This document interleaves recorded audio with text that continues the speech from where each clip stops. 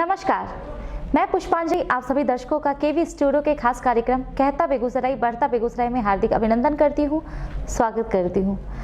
आज हमारे साथ RSS+2 स्कूल महना के एक ऐसे इंग्लिश के टीचर मौजूद हैं जो आपको बताएंगे कि इंग्लिश कितना आसान सब्जेक्ट है, कितनी आसानी से सीखा जा सकता है और बोला जा सकता है। तो आइए मिलते हैं राघवेंद्र सर से और जानते हैं इनकी कहानी, इनकी जुबानी।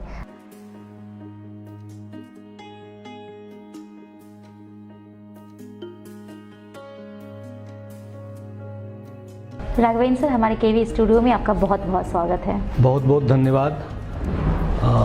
नववर्ष की ढेर सारी शुभकामनाएं केवी स्टूडियो परिवार और डियरेस्ट डॉक्टर रोशन सर को भी, हम शिक्षक समाज की तरफ से, बिहार माध्यमिक शिक्षक संघ की तरफ से बहुत बहुत शुभकामनाएं। बधाई इसलिए भी कि आपने एक बेहतरीन प्लेटफॉर्म उन सबों के लिए दिया है जिन्होंने अच्छा काम करने के बावजूद भी कभी मंच पे दुनिया को दिखा नहीं पाए कि मैंने अभी तक क्या कर पाया। जो कैलकुलेटेड नहीं थे उनको उन्होंने एग्रीगेट कैलकुलेट करके दुनिया के सामने में रखा।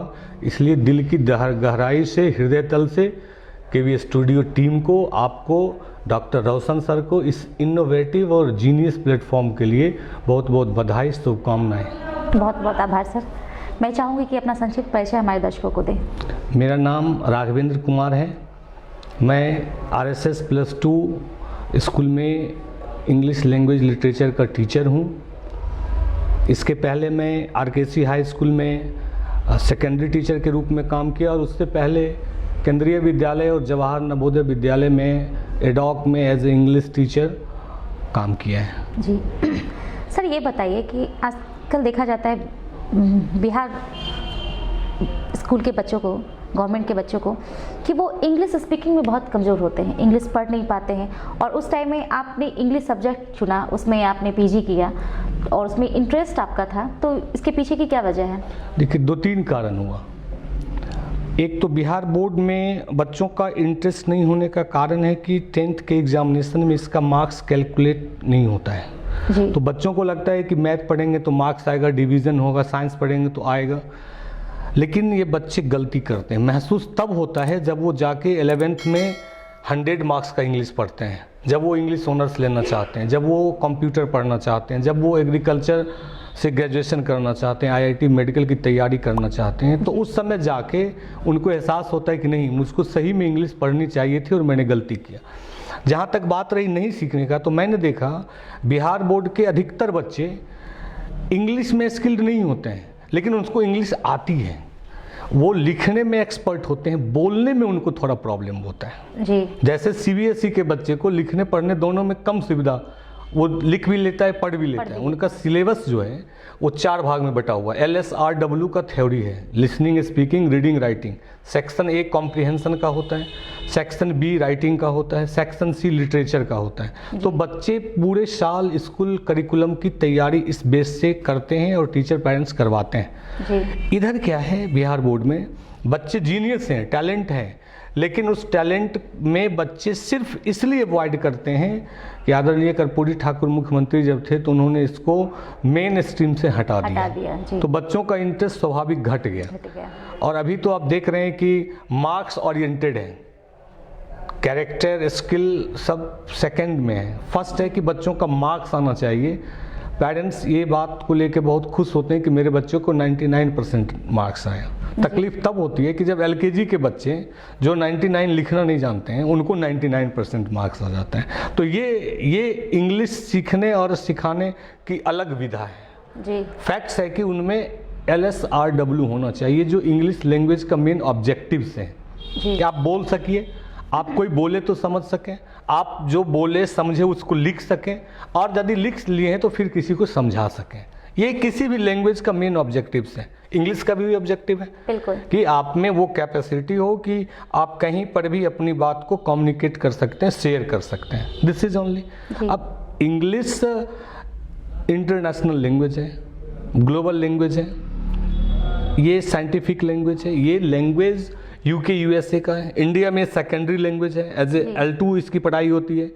जहाँ पे ये मदर टंग के रूप में पढ़ाई होती है, वहाँ के बच्चे खुद स्किल्ड होते हैं। यहाँ के बच्चे जो साउथ इंडिया में आप वहाँ के बच्चे कैसे सीख जाते हैं जो केरल बोर्ड के बच्चे हैं, उनमें कहीं ना कहीं इंग्लिश को जो मेन स्ट्रीम से हटाया नहीं गया है। आज भी बिहार सरकार इसको ऐड कर दे तो फिर आपको पता चलेगा 1 से 2 सेशन में बच्चे बहुत अच्छा कर रहे हैं और कहीं उनमें कमी नहीं है। जी, तो सर धारा प्रवाह इंग्लिश बोलने के लिए क्या करना पड़ेगा बच्चों को? धारा प्रवाह इंग्लिश बोलने के लिए सबसे पहले तो उनके पास हेजिटेशन नहीं हो। वो यह मत सोचे कि हम जो बता रहे हैं तो ये गलत होगा। अब लड़का के लिए ही का प्रयोग करना है, लड़की के लिए सी का प्रयोग करना है, ये तो थोड़ा जानना जरूरी है। जो फंडामेंटल्स ऑफ ग्रामर है, जो बेसिक कॉन्सेप्ट ऑफ ग्रामर है, वो उनको आना चाहिए। इन सेंटेंस फॉर्मेशन अगर कुछ लैकनेस है, कुछ ग्रामेटिकल एरर है, तो in first phase they should have freedom to speak whatever they do like. In second phase, when they think that no, I am in secondary classes or I should speak very standard English, on that time they have to be upped themselves in language, literature, grammar, word meaning, and they will be far from the common errors automatically. But it needs be far from hesitation. Don't hesitate yourself, number one. Number two, that whatever you think, just try to explain in English. Don't think that what next is thinking over me, that it is wrong or it is right. Like that, this should be out from this type of internal assessment. That's okay. And when they will understand the importance of English, that really English is very important for us, they will know it. If you will know gold is very important, then you are very conscious. When in your purse you have no money, on that time you are careless. But when your purse is full of jewelry and money, on that time you are very careful. This is very important for me, and I always check that is it same system is there. When you will know the importance of English, when a child in CBSE, child ICSE board, child think no, this is very important for me, they are conscious, parents are conscious, they are doing the things in a better way. That's okay. Learning is a process, either it is Hindi, English, science, Urdu, whatever it may, it is a process, and practice makes man perfect. In spoken English, this is very important. When you just try to set yourself in any scenario, be perfect. Try to set in that what is the situation. See Shashi Tharoor, the best, in my view, the best English speaking personality of India, Shashi Tharoor. How does he try to explain himself? What he thinks he share with the world, and world is ready. Yes, right. That we have to be. It is very simple thing. जी, ये तो रही बच्चों की बात। बच्चों, अब ऐसे बच्चे जिनको बिल्कुल पल्ले नहीं पड़ता है इंग्लिश, और शिक्षक को किस हिसाब से पढ़ाना चाहिए, कैसे पढ़ाना चाहिए जो बच्चे इंटरेस्ट लेने लगे इंग्लिश सब्जेक्ट में, कुछ ऐसे टिप्स हमें बताएं। देखिए, इस टिप्स वेरी सिंपल है। अब इंग्लिश मीडियम, इंग्लिश में आपको फिश पढ़ाना है जी, तो बच्चे को बताइएगा, जूनियर क्लासेस के बच्चे को FISH फिश, फिश मीन्स मछली, तो नहीं समझेगा। उसको लगेगा कि फिश भी याद करना है, मछली भी याद करना है, FISH भी, 3 टास्क मिल रहा है। सिंपल ड्राइंग आपने अगर ब्लैक बोर्ड पे फिश का ड्राइंग कर दिया और नीचे लिख दिया फिश, उसके पास फिगर भी आ गया, उसके पास स्पेलिंग भी आ गया, अंडरस्टैंडिंग भी हो गया। तो जो इंटरेस्टेड हो, आज ड्राइंग का पैटर्न है, जो पैटर्न बच्चे ड्राइंग से सीख रहे हैं, वो आप उसको ऑब्जेक्टिव पैटर्न दीजिए। एक्सप्लेनेटरी और डिस्क्रिप्टिव पैटर्न में बच्चे खो जाते हैं जी। आप उनको ऑब्जेक्टिवली दीजिए। बच्चा ONE1 2 TWO2 करता है, क्यों? उसके पास उसका फ्रीक्वेंट एप्लीकेशन है, पर डे APPLE कर रहा है बच्चा, वो सेव नहीं देखा है लेकिन वो एप्पल समझ रहा है। आप उसको सेव दे के पूछिए व्हाट इज दिस, हो सकता है बच्चा नहीं बताएगा, लेकिन आपने एप्पल का ड्राइंग करके नीचे में लिख दिया एप्पल, तो बच्चा एप्पल पहचान भी जाएगा, स्पेलिंग भी समझ जाएगा, और हिंदी, इंग्लिश या जिस भी लैंग्वेज में होगा वो समझ जाएगा उसको जी। ये प्रैक्टिकल चीज़ उसको आना चाहिए जी। जो मिनिमम वर्ड्स में वो कैसे सेंटेंस पूरा कर ले। अब आप एक वर्ड गो बोल दिए, आप यू गो, मे आई गो, तो गो से मीनिंग क्लियर हो रहा है कि जाने का बोध हो रहा है। तो बच्चों में गो का कॉन्सेप्ट पहले होना चाहिए, फिर यू गो होना चाहिए, और फिर मे आई गो होना चाहिए, और फिर होना चाहिए मे आई गो, और इसके बाद कौन सा पंक्चुएशन मार्क्स यूज हो। तो स्टेप बाय ग्रेजुअल लर्निंग बच्चों में जब टीचर देंगे तो ये ऑटोमेटिकली सीखेगा। अब एक बच्चा को सेंटेंस फॉर्मेशन सिखाना है, I speak English, I speak British English. अब बच्चा ने पहले छोटा चीज सीखा, सब्जेक्ट वर्ब आई स्पीक, फिर बोला आई स्पीक इंग्लिश, फिर बोला आई स्पीक ब्रिटिश इंग्लिश, अब बोला some time I speak British English. तो ये इस टाइप का ग्रेजुअल पैटर्न हर एक चीज में सिखाया जाए। और एक होमवर्क बच्चे को पेरेंट्स टीचर कराएं अगर मेरी नज़र से, कि आपको डेली कुछ ना कुछ लिखना है अपने मन से या कॉपी से या नेट से, कहीं से आप कुछ लिख के दिखाओ, डॉग पे, कैट पे, ग्लोबलाइजेशन पे, ग्लोबल वार्मिंग पे, जो करंट इश्यूज हैं, इंडो पाक रिलेशन का, डेमोक्रेसी का, आप सिंपल चीज़ बच्चों को डेली लिखवाइए। वो याद नहीं कर रहा है, लेकिन अगर लिख रहा है तो उसका हैंड राइटिंग अच्छी हो जाएगी, उसका वर्ड मीनिंग कुछ अच्छा हो जाएगा, कुछ कॉन्सेप्ट भी उसको हो जाएगा, और फिर वो बच्चा जाके आगे उसमें इंटरेस्टेड हो जाएगा और नेक्स्ट वो टॉप कर जाएगा। बिल्कुल, तो यही जरूरी है। जी सर, ये तो थी बच्चों की बातें। मैं एक छोटी सी बात कहना चाहूँगी कि मैं ऑब्जर्वेशन में गई हुई थी, एक स्कूल गई हुई थी, नाम नहीं लूँगी, तो वहाँ पे मैंने देखा कि इंग्लिश की टीचर हैं, बट बच्चों को पढ़ाने के लिए बच्चे को बुला के पढ़ाया जा रहा था। मतलब उनमें इतनी कैपेसिटी नहीं थी कि वो बच्चों को बता सके, इंग्लिश में समझा सके। तो इस बारे में आप क्या कहेंगे कि यहाँ पे टीचर की कमी है?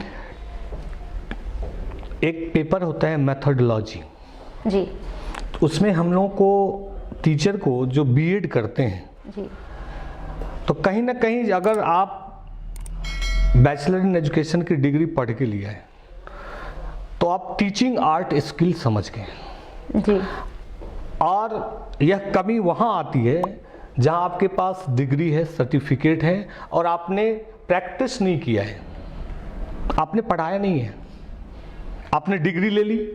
अब जो बेसिक कॉन्सेप्ट है तो आपने थ्योरेटिकल लिया और क्लासरूम में आपको प्रैक्टिकल करना है। जी। तो प्रैक्टिकल के लिए क्या करना है? प्रैक्टिकल तब हो पाएगा जब आपके पास प्रैक्टिस होगा, प्रैक्टिस का स्टेप्स होगा। अब पढ़ाने में नॉलेज का कोई भूमिका नहीं है। अगर बच्चों की हम बात करें 1 to 8 की बात करें तो there is need of how do you teach, how you make your class effective learning and how you satisfy yourself as an effective teacher. Effective teaching और effective learning ये तब होगा ना जब आपके अंदर से नॉलेज भी हो, स्किल भी हो और इंटरेस्ट भी हो।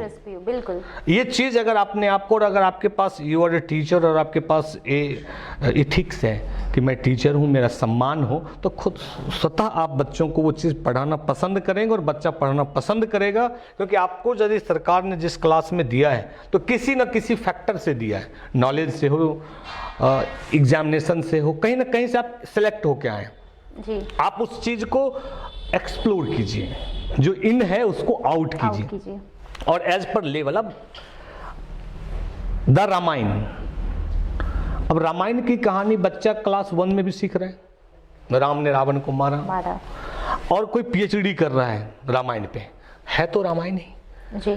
अब एक वहां पे सीखा कि दशरथ के 4 पुत्र थे, राम 3 भाई थे, राम को 3 माताएं थी। अब ये वो बच्चा सीख गया, लेकिन अब पीएचडी में जा रहा है वही बच्चा, तो एक एक श्लोक का जो अलंकार है, छंद है, व्यापक मीनिंग है, उसका रेफरेंस है, तो ये जानना पड़ेगा टीचर को कि किस लेवल को पढ़ा रहे हैं, क्या पढ़ा रहे हैं और उसको कितना चाहिए। उसका करिकुलम ने जो सरकार डिफाइन किया है गवर्नमेंट, वो क्या है, उस कॉन्टेक्स्ट से अगर आप इनपुट आउटपुट को मैच कर दीजिएगा तो सक्सेस सब चारों तरफ दीवार पे लिखी हुई, जैसे अभी आपने बेगूसराय में करके सब जगह केवी स्टूडियो का सक्सेस डाल दिया है।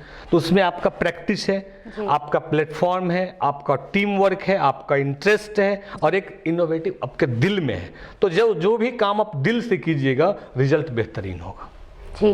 तो टीचर को भी यही करना पड़ेगा कि मुझको सिखाना है, पढ़ाना नहीं है, बच्चों को सिखाया जाता है। और आपको अगर सिखाने की इच्छा हो गई तो फिर बच्चा तो सीखने को तैयार है ही, बच्चा को तो पता नहीं होता है हम सीख रहे हैं और सब कुछ सीख जाता है जी। तो ये स्किल आपके इनसाइड से आउटसाइड देना पड़ेगा जी।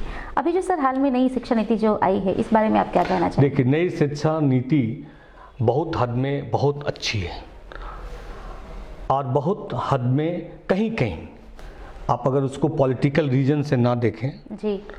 पॉलिटिकल रीजन ये है कि सबकी शिक्षा एक समान, ये शिक्षा नीति से पहले भी थी जी। आप बेगूसराय की बात कीजिए, बिहार की बात कीजिए और कर्नाटक की बात कीजिए, अब जब दोनों जगह का, केरल की बात कीजिए जहाँ साक्षरता दर और बिहार की साक्षरता दर या मेल जेंडर डिस्क्रिमिनेशन, तो आपने एक थ्योरी पूरे इंडिया पे इनपुट किया और बेस अलग अलग है, तो रिजल्ट में तो डिफरेंस आएगा। बिल्कुल। अब दिल्ली यूनिवर्सिटी आज जीडी कॉलेज में टीचर नहीं है जी, और वही नई शिक्षा नीति यहाँ भी काम करेगा जो जेएनयू में काम करेगा। बिल्कुल। अंतर क्या होगा? यहाँ बच्चे एडमिशन लेते हैं, टीचर नहीं है। आज बेगूसराय जिला में हाई स्कूल में 6-7 स्कूल में प्रिंसिपल हैं, हेडमास्टर हैं, बाकी में इंचार्ज हैं। नई शिक्षा नीति यहाँ भी काम करेगी और वही नई शिक्षा नीति आर के पुरम में भी काम करेगी। आउटपुट क्या होगा? थ्योरी तो एक दिया आपने, इक्वेशन एक दिया और रिसोर्स अलग अलग दे दिया, तो कहीं ना कहीं आपका जो डिफरेंस आएगा, आपका जो डेस्टिनेशन है, डिटर्मिनेशन है, उसमें तो फॉल्ट आएगा ना। जी बिल्कुल। अब जहाँ पे बच्चों का अभी दिल्ली मॉडल जो एजुकेशन है वो सबसे पॉपुलर हो गया, बिल्डिंग्स भी हैं, टीचर भी हैं, रिजल्ट भी है, और वहाँ का बच्चा आईआईटी मेडिकल भी किया, तो नई शिक्षा नीति से पहले किया है जी। वो नई शिक्षा नीति में नहीं है। केरल का हेल्थ मॉडल टॉप हो गया। अब उस मॉडल को कहीं और लाने के लिए तो फिर वो इंफ्रास्ट्रक्चर चाहिए, वो कॉन्सेप्ट चाहिए जी। हम यहाँ पे लिख रहे हैं कि थूकना मना है, तो फिर थूकने का जगह तो देना पड़ेगा। शहर में कहीं टॉयलेट नहीं कर सकते हैं आउटसाइड में, तो उसके लिए तो फिर चाहिए, जगह चाहिए ना। आप एजुकेशन एक समान शिक्षा नीति सबके लिए दे रहे हैं। अब जो बच्चा याद कीजिए वो दिन 80 का दशक, 90 का दशक, बच्चा अपना लेके जाता था, बैठता था जी बिल्कुल, नहीं कोई इंफ्रास्ट्रक्चर नहीं था। IAS IPS तो तब भी निकला, आज बहुत ज़्यादा इंफ्रास्ट्रक्चर हो गया है, तब भी IAS IPS में बेगूसराय कंपैरेटिवली थोड़ा कम हुआ, बिहार कम हुआ। क्यों कम हुआ? क्योंकि आपने थ्योरी तो बना दिया ऑल इंडिया के लिए एक, और प्रैक्टिकल तो अलग अलग कर दिया जी। किसी को बचपन से आप स्किल्ड कर दीजिए और किसी को क्लास 10th में दीजिए। वो दिन याद कीजिए इंग्लिश क्लास 6 में शुरू होती थी, फॉक्स का स्पेलिंग। आज LKG बच्चा पैदा ले रहा है, इंग्लिश मीडियम हो रहा है। लेकिन सर कहीं ना कहीं आज भी गवर्नमेंट स्कूल में देखा जाए तो वहाँ इसकी कमी है। नहीं, अब तो सिलेबस सरकार ने जो दिया, फ्री में बुक बिहार सरकार दे रही है जी। आदरणीय DO साहब भी सब काम अच्छा उसका इम्प्लीमेंट करवा रहे हैं, खरीद के किताब बच्चों को फ्री में मिल रहा है। टीचर भी लगभग 1 to 8 में अच्छे टीचर सब जगह भरे हुए हैं। अब है क्या, पेरेंट्स को भी तो इंटरेस्टेड होना पड़ेगा जी। 6 घंटा आप स्कूल में दे रहे हैं, बाकी जो बच रहा है समय वो बच्चा तो घर पे दे रहा है, तो कम से कम जो टीचर ने होमवर्क दिया वो बच्चा घर पे करे। आज टीचर ने क्या पढ़ाया ये गार्जियन पूछे, तब तो बच्चा भी कम से कम कॉन्शियस होगा कि स्कूल में पूछा जाएगा कि तुमको क्या वर्क मिला, कॉपी में क्या लिखा, डेट कहाँ दिया, टीचर का सिग्नेचर कहाँ है। इतना अगर वेरिफिकेशन हो तो प्रोसेस भी हो जाएगा, टीचर पेरेंट्स मीटिंग का भी एक प्रोसेस हो गया, और बच्चों का डे पर डे डेवलपमेंट भी मालूम हो जाएगा। कोई हिंदी में कमज़ोर है कि इंग्लिश में कमज़ोर है कि मैथ में कमज़ोर है, और जिसमें कमज़ोर है उसमें उसको फिर मेहनत करवाया जाएगा स्कूल में पेरेंट्स से, और अच्छा निकलेगा। बिल्कुल सही कहा सर आपने, क्योंकि मैं अभी तक देखी हूँ कि टीचर पेरेंट्स वहीं पे बोल रहे हैं, मिड डे मील में अगर खाना गड़बड़ है तो हल्ला स्टार्ट हो जाता है पेरेंट्स का, लेकिन पढ़ाई नहीं हो रही है, टीचर नहीं आ रहे हैं, इसमें कभी बाहर नहीं आए, ओपन मीडिया पूछते ही नहीं है, बिल्कुल नहीं पूछते। तो कहीं ना कहीं फॉल्ट हमारे पेरेंट्स की भी है, पेरेंट्स की भी, और गवर्नमेंट में भी। आप देखिए तो टीचर्स का जो पेमेंट है जी। वो 30-31 को अगर महीना लग रही है तो 30-31 को जो उसको पैसा मिल रहा है जी, वो तो उसके अकाउंट में जाना चाहिए जी। अब वो इकोनॉमिक क्राइसिस में है और आप उसको इंटेलेक्चुअल आउटपुट कहाँ से आएगा? बिल्कुल। टीचर टेंशन में है कि पैसा नहीं आया है, हमको इतना पर मंथ का शेड्यूल खर्च है। बिल्कुल। अब वो पढ़ाई पे ध्यान दे, आपके बच्चों को बनाने में काम दे, कि पता करे कि पेमेंट कब आएगा। प्रॉब्लम तो है। हाँ। आप उसको स्वतंत्रता दीजिए, इकोनॉमिक फ्रीडम की। आप यस इतना ही मिलता है, आपको टाइम से मिलता है, एक सिस्टम है। हाँ। पदाधिकारी का टीचर पे डर नहीं हो, मॉनिटरिंग हो। अब डर क्या बना हुआ है टीचर में, ये आए तो ऐसे आए, पदाधिकारी आए तो पढ़ाई जरूरी है ना। जैसे आपने कहा कि मिड डे मील चेक करते हैं, कभी ये पूछा कि आज सर पढ़ाए प्रथम पाली में तो घंटी में तो क्या पढ़ाए? बिल्कुल सर, मैंने देखा है कि जब मैं उधर से स्कूल से क्रॉस करती हूँ तो छोटा छोटा बर्तन लेके बच्चे जाते हैं, पेरेंट्स साथ में जाते हैं, गेट पे खड़े रहते हैं और वो लेके आते हैं, फिर वो साथ में घर आते हैं। लेकिन कभी ये नहीं देखा कि बच्चे को है ना पेरेंट्स मार पीट के भी घर ले जा रहे हैं। ये पूछने कभी नहीं आए कि आज कल मेरा बच्चा नहीं आया था कि आया था सर, आज खाया तो पढ़ के खाया था कि खाने समय आया था। मतलब पढ़ाई के प्रति तो पढ़ाई सेकेंडरी हो गया जी, और अन्य मीन्स जो है वो प्राइमरी हो गया। थोड़ा तो प्रॉब्लम है। तो अच्छा, दूसरी कारण क्या हुई, पहले समाज में एक ही, जैसे एक बीपी हाई स्कूल या आरकेसी हाई स्कूल या TI high school, Irani high school, Narepur high school, तो एक हाई स्कूल था जिसमें इलाके के सब लोग जाते थे, गरीब अमीर छोटे बड़े सब जाते थे। सबकी पढ़ाई ऑटोमेटिक एक जैसी थी, कोई नारा लगाने की आवश्यकता नहीं कि मेरी पढ़ाई एक जैसी, नई शिक्षा नीति कुछ नहीं थी, सब एक साथ पढ़ता था। अब क्या हो गया कि कुछ इंग्लिश मीडियम स्कूल हो गया, कुछ हिंदी मीडियम स्कूल हो गया, कुछ दोनों मीडियम हो गया, कुछ सब मीडियम हो गया, और क्या है वो आप जान रही हैं। जी। तो उसमें क्या हो रहा है, बच्चों का डायरेक्ट मैंने गाड़ी में बैठा दिया। प्राइवेट स्कूल में ही आप बच्चों को मॉनिटरिंग तो करते हैं, यहाँ तो मॉनिटरिंग भी आप नहीं करते हैं। पेरेंट्स अपनी भूमिका छोड़ के, दूसरे शिक्षक पेरेंट्स माँ बाप है नो डाउट, लेकिन माँ बाप स्कूल कैंपस में है ना, फिर घर पे तो आप मॉनिटरिंग कीजिए, जैसे आप अन्य स्कूल में मॉनिटरिंग करते हैं, थोड़ा उसका कम यहाँ कर दीजिए ना जी। जो भी आपका दिल का मिशन है पूरा हो जाएगा। कोई टीचर नहीं चाहता है कि हम पढ़ावे नहीं, बिना पढ़ाए पैसा ले, कोई टीचर नहीं चाहता है जी। कोई बच्चा नहीं चाहता हम स्कूल गए तो सिर्फ खा के आए। लेकिन ये एक म्यूचुअल अंडरस्टैंडिंग होनी चाहिए सोसाइटी और टीचर में कि हमको समाज का निर्माण करना है। और हम लोग को भी लगता है कि जब लोग डिस्कशन करते हैं कि उस ज़माने में ये टीचर थे, आज हम लोग का नाम नहीं हो रहा है। क्यों? क्योंकि आज जो बच्चे आ रहे हैं ना, वो बच्चे ही मेरा नाम नहीं ले रहे हैं। बिल्कुल। अटेंडेंस 1 घंटे पहले कोई भाग जाता था हमारे समय में स्कूल में तो बहुत मुश्किल होती थी।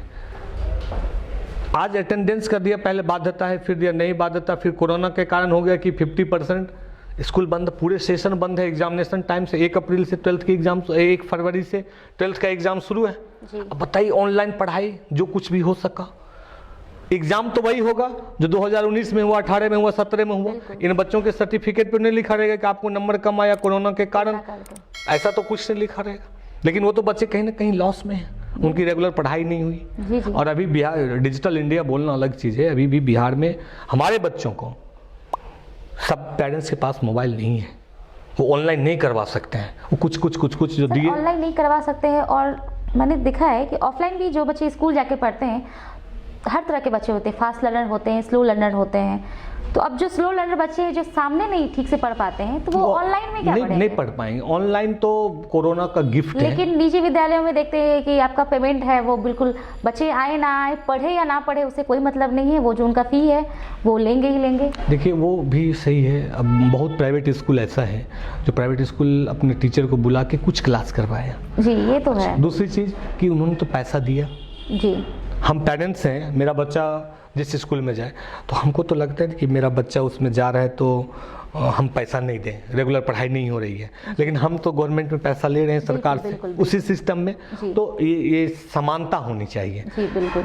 टीचर का पेमेंट अगर बंद होगा 1 साल कोरोना करना, अगले साल तो फिर वही टीचर बच्चों को पढ़ाएंगे ना। अगर 1 साल वो भूखे मर ही जाएंगे तो अगले साल पढ़ाएंगे कौन? तो ये भी थोड़ा समझना इसमें।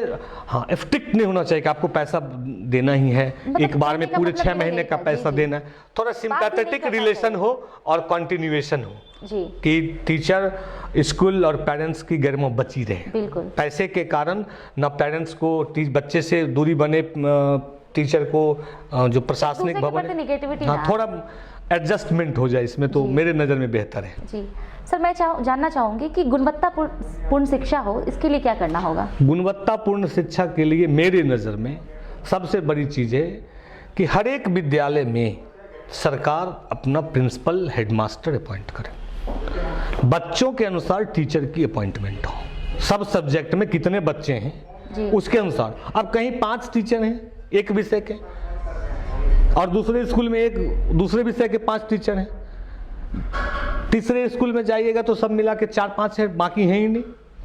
आपको जान के दुर्भाग्य लगेगा कि पूरे बिहार में सबसे कम +2 के टीचर बेगूसराय में हैं। क्यों? इसका तो कारण ना जी, इसके पहले जो हमारे पदाधिकारी रहे होंगे उन्होंने इसको सही ढंग से नहीं समझा और सही समय पर यहाँ पर जो स्वीकृत पद होना चाहिए नहीं हुआ जी। अब बेगूसराय में भी सरकार ने नीति दे दी है टीचर के स्थानांतरण का, जो टीचर का स्थानांतरण, ऐच्छिक स्थानांतरण जो 3 साल जिनका हो गया वो ले सकते ले हैं। सकते हैं। अब बेगूसराय फिर टीचर चिड़िया बरियारपुर जा रहे हैं अनिल चौधरी जी, और वहाँ से फिर बेगूसराय आ रहे हैं, उनके बगल में सीट खाली है, उसमें पद स्वीकृत नहीं है, वहाँ भी बच्चे इनरोल्ड हैं। मैं आपको बताता हूँ, नारेपुर हाई स्कूल 5 साल से बच्चे पास हो रहे हैं, एक भी टीचर नहीं है। ओमर हाई स्कूल 5 साल से बच्चे पास कर रहे हैं, 12th +2 के एक भी टीचर नहीं है। आरकेसी हाई स्कूल एक भी सब्जेक्ट +2 के टीचर नहीं है, बच्चे पास कर रहे हैं। सिमरिया हाई स्कूल बच्चे पास कर रहे हैं, टीचर नहीं है। ये जो सेकेंडरी स्कूल के टीचर हैं वही उनका एडमिशन भी कर रहे हैं, फॉर्म भी भर रहे हैं। अब हाई स्कूल को तो पढ़ाना मुश्किल है, वो कहाँ से पढ़ा पाएंगे। जी। भोला बाबू आदर्श गांव घोषित करवाए सिमरिया को, तो सबसे अच्छा गुणवत्ता ही हम प्रदान करवा देंगे। बेचारे आज उनका जन्मदिन भी है भोला बाबू का, वो चले गए दुनिया से, आज तक नहीं हो पाए। उन्होंने आदेश भी दिया, पत्र लिखा, आज तक विद्यालय आदर्श हो गया वो गांव, लेकिन उस गांव में +2 की एक भी टीचर उनके जाने के बाद भी नहीं आया।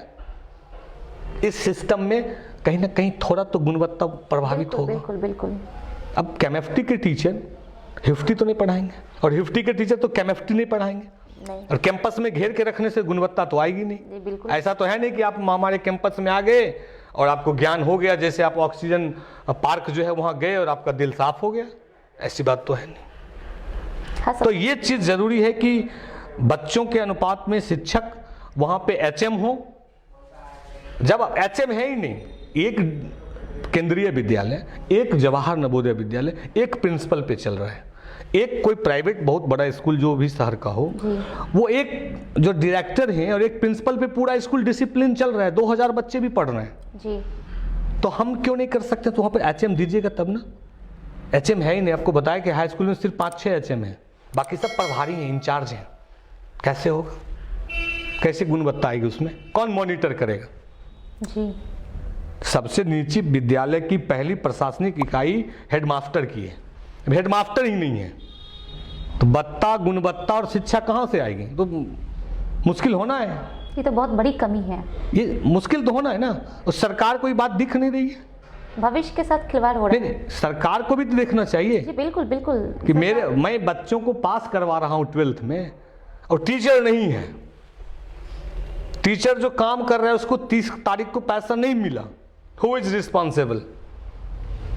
शिक्षक रिस्पॉन्सिबल है, शिक्षक कहां से रिस्पॉन्सिबल है। अभी सरकार ने सेवा शर्त दिया, बिहार सरकार ने सेवा शर्त में दिया कि महिलाएं विकलांग इनका ट्रांसफर कर देंगे, पुरुष का नहीं करेंगे जी। अब शिक्षक तो शिक्षक होता है, महिला पुरुष कहां से है। हाँ, प्राथमिकता दी जाए विकलांग को पहले, महिला को, पुरुष को भी तो अवसर मिलना चाहिए। उसमें दिया म्यूचुअल अंडरस्टैंडिंग। यहां से कोई सिवान जाए, रवि जी छपरा में बेगूसराय काम कर रहे हैं फिजिकल टीचर, अब बेगूसराय का में अगर कोई छपरा का दुर्भाग्य से आ गया हो तो ये जाएंगे, वो आएगा, गुणवत्ता कहां पाएगी। अब यहाँ के लोग वहां काम कर रहे हैं, वहां के लोग यहाँ काम कर रहे हैं जी।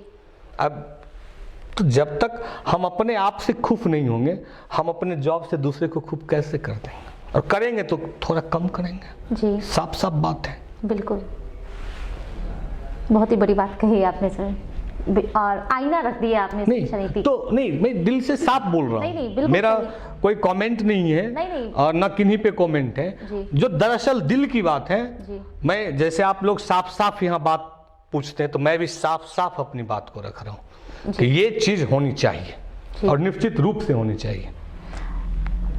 और सर आप शिक्षक संघ में भी रहे, हाँ? तो शिक्षकों की बहुत सारी आए दिन समस्याएं आती रहती है। मैंने बताया ना, शिक्षक की पहला तो वेतन, स्थानांतरण है, सेवा शर्त है।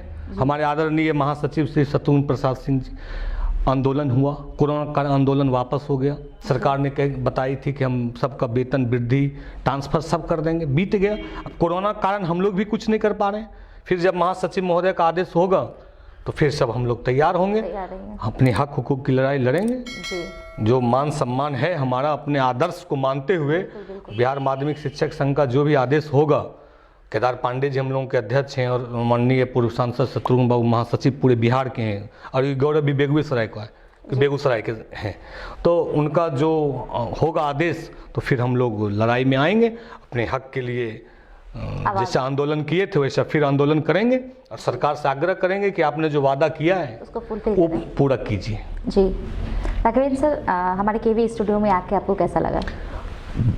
केवी स्टूडियो में आके हम अपने आप को बहुत खुशनसीब महसूस करते हैं और भगवान से दुआ करते हैं कि इस सोच को जिसने अपने दिल में सोचा और फिर उतारा, जी, उनके साथ आपकी तरह जितने भी सहयोगी हैं, इनको भगवान दीर्घायु बनाए, इनको भगवान हैप्पी और हेल्दी रखें कि इसी चीज़ को और आगे ले जाएं कि पूरे भारत में जाने कि केवी स्टूडियो में साधारण लोगों का उतना ही सम्मान है जितना देश के प्रधानमंत्री का सम्मान है। और लोकतंत्र अगर जिंदा है तो केवी स्टूडियो से जिंदा है। अगर सामाजिक, आर्थिक और राजनीतिक चर्चा, अगर किसी ने समाज में 1 रुपये का काम किया है और उस काम को अगर आईने की तरह दुनिया को दिखाने का काम किया है तो केवी स्टूडियो किया है। डॉक्टर रोशन जी का यह सोच, यह विचार हम लोग को लगता है कि उनको भगवान ने ये सोच दिया और उन्होंने अपने दिल से इस धरातल पर उतारा है।